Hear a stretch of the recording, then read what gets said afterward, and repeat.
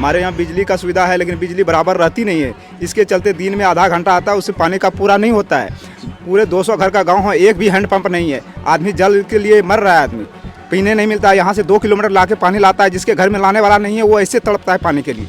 पानी चाहिए, सरकार को जल्दी से हमको पानी का उपलब्ध कराए, चाहे जैसे कराए।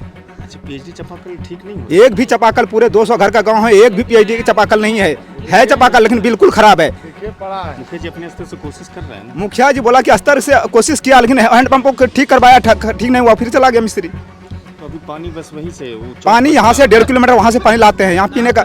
अब जिसके यहाँ घर का जाने वाला नहीं है उसका क्या हालात है? पीने के लिए लाते हैं, कपड़ा धोने के लिए? कपड़ा धोने के लिए आने के लिए कितना आदमी 5 दिन से नहाया नहीं है, कपड़ा नहीं धो सकता है, सिर्फ पीने के लिए पानी ला रहे हैं। मवेशी को यहाँ से पोखर पे ले जाते हैं 2 किलोमीटर पानी पिलाने के लिए, फिर पिला के यहाँ घर लाते हैं। अच्छा, 1 नंबर वार्ड में हाँ, जलमीनार एक ठो है।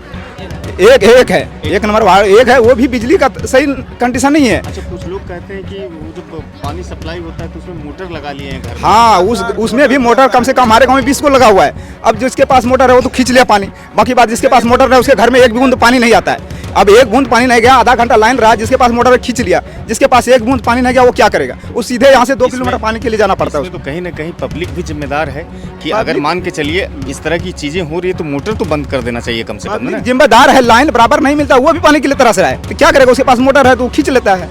उसके पास भी पानी का अगर आजाद पानी मिले तो वो भी नहीं खींचेगा, लेकिन वो भी दिन में आधा घंटा लाइन रहता है, वो भी चाह रहा है कि हमको पानी चाहिए।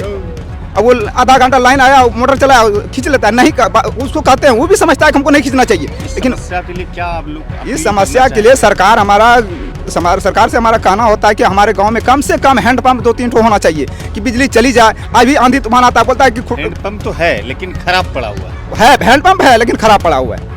अभी बिजली 2 दिन मान लिया जाए नहीं आएगा, जनता का क्या होगा? अभी बिजली कई दिन से नहीं आया? आ रहा है, रोज आधा घंटा आता है, आधा घंटा 1 घंटा 10 मिनट आया, 5 मिनट। अब एक तरफ घंटे में आधा घंटा 1 घंटा आता है। अब बोलिए उससे सकारा से है ना? हाँ, सकारा से है, सकारा से। बाबा समस्या क्या है? बहुत गड़बड़ है, हम लोग पानी बिना मर रहे हैं। देखते हैं 5 दिन से नहीं नहाए। कपड़ा देखिए कितना गंदा है, घर में भी सब कपड़ा गंदा है।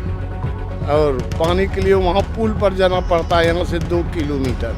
वहीं से अभी फिलहाल वहीं से पानी लाते हैं, टेम्पू लेकर को जाता है वहाँ से लाकर। अच्छा, वहाँ भी हम सुने कि वहाँ नंबर लगता है? वहाँ भी नंबर लगता है, करेगा क्या? कभी कभी झगड़ा भी होता है? झगड़ा भी होता है।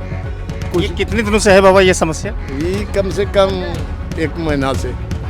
1 महीना से ऊपर हो गया।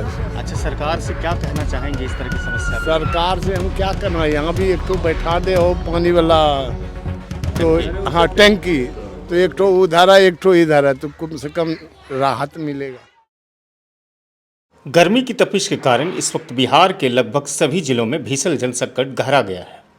भूमिगत जल पर आधारित बिहार सरकार की महत्वाकांक्षी योजना 7 निश्चय के तहत क्रियाशील जलापूर्ति व्यवस्था हर घर नल का जल की वास्तविक स्थिति इस समय राज्य के अधिकांश वार्डों में दम तोड़ रही है। यही कारण है कि लोग पानी के लिए हर दिन मीलों दूर तय करने पर मजबूर हैं। हाल ही में बिहार सरकार के लोक स्वास्थ्य अभियंत्रण विभाग ने जो डाटा सार्वजनिक किया है उसमें बांका जिले के भूजल स्तर को पिछले वर्ष की तुलना में बेहतर बताया है।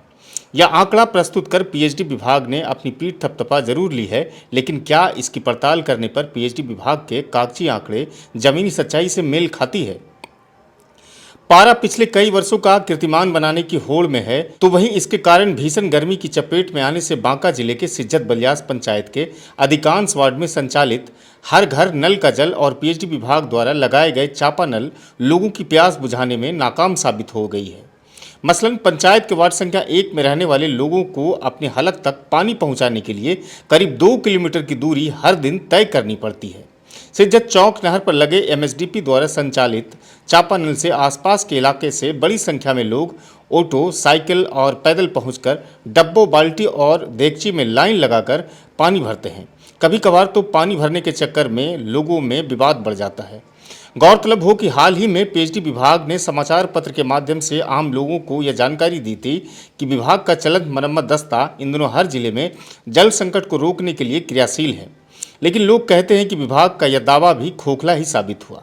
सिज्जत बलियास पंचायत के वार्ड संख्या 1 में जलापूर्ति के लिए 7 निश्चय के तहत डीप बोरिंग के साथ जल मीनार का निर्माण पिछले पंचवर्षीय योजना में पूरा हुआ है। वार्ड में कुछ पीएचडी विभाग द्वारा चापा नल भी लगाए गए हैं, जो अब सफ़ेद हाथी बनकर लोगों का मुंह चिढ़ा रहा है। ग्रामीण कहते हैं कि मंदिर के निकट लगे चापा नल को पंचायत के मुखिया ग्यास खान ने पिछले दिनों मरम्मत करवाया था, लेकिन अब उससे भी जलापूर्ति नहीं हो रही है, जिससे मंदिर की भी सफाई नहीं हो पा रही है। मवेशी को पानी पिलाने के लिए दूर तालाब में जाना पड़ता है। लोग कई दिनों से स्नान तक नहीं किए हैं। हम सभी जानते हैं कि गर्मी में पानी की खपत बढ़ जाती है। वार्ड के युवा, महिला और बुजुर्ग सभी स्थानीय पदाधिकारियों और जनप्रतिनिधि से नाखुश है। कारण लोगों के सूखते हलक को इन चिलचिलाती धूप और तपिश वाली गर्मी में पानी चाहिए। इस वार्ड में जलापूर्ति व्यवस्था बाधित होने के मुख्यतः दो कारण ग्रामीण बताते हैं। पहला, जल मीनार के निकट घरों में मोटर लगे हैं, जो जलापूर्ति शुरू होने पर पानी का सीधा फ्लो लोगों के घर में लगे टंकी तक ही पहुंच पाता है, जिससे पानी की रफ्तार धीमी हो जाती है और जल मीनार से दूर घरों में जलापूर्ति नहीं हो पाती। वहीं दूसरा कारण, इस क्षेत्र में अघोषित बिजली कट से लोग परेशान हैं। 24 घंटे में बिजली कभी कभार ही आधे घंटे के लिए आती है।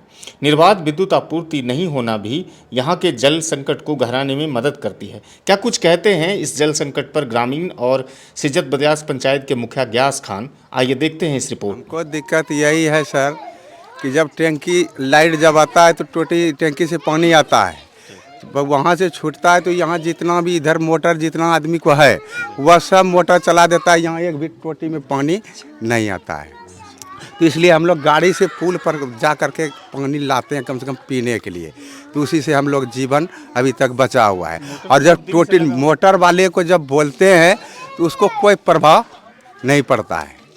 इसके लिए हम लोग उससे झगड़ा मार कैसे करेंगे सर? अच्छा, मोटर तो बहुत दिन से लगा होगा? हाँ, बहुत दिन से। लेकिन पहले सूखा नहीं था, जिसके कारण से पानी बढ़ जाता था। हाँ, बढ़ जाता था। अब जब से सूखा हुआ हाँ, है, अब सूख गया तो अब कुछ भी नहीं आता है सर। यहाँ भी नहीं आता है, वहाँ भी नहीं आता है, कहीं पानी नहीं आता है। हम लोग पुल पर से, ये मास्टर साहब है समरसेबुल चलाता है, तो कल से हम लोग पी रहे हैं पानी, और नहीं तो प्यासे मर जाएंगे। पानी के लिए हमारे पंचायत में नहीं बल्कि हमारे पूरे क्षेत्र में, पूरे धुरिया प्रखंड में पानी का समस्या है।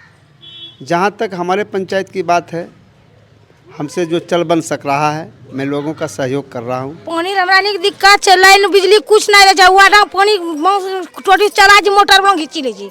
पानी तो चलिए रहा है, नल जल वहाँ से यहाँ तक नहीं आ पाता है। बिजली नहीं आता है। बिजली तो कई दिन से आधा दिन कभी कभी आता है, 10 मिनट 20 मिनट आधा घंटा, और रबे नहीं करता है बिजली। लोग परेशान रहता है रात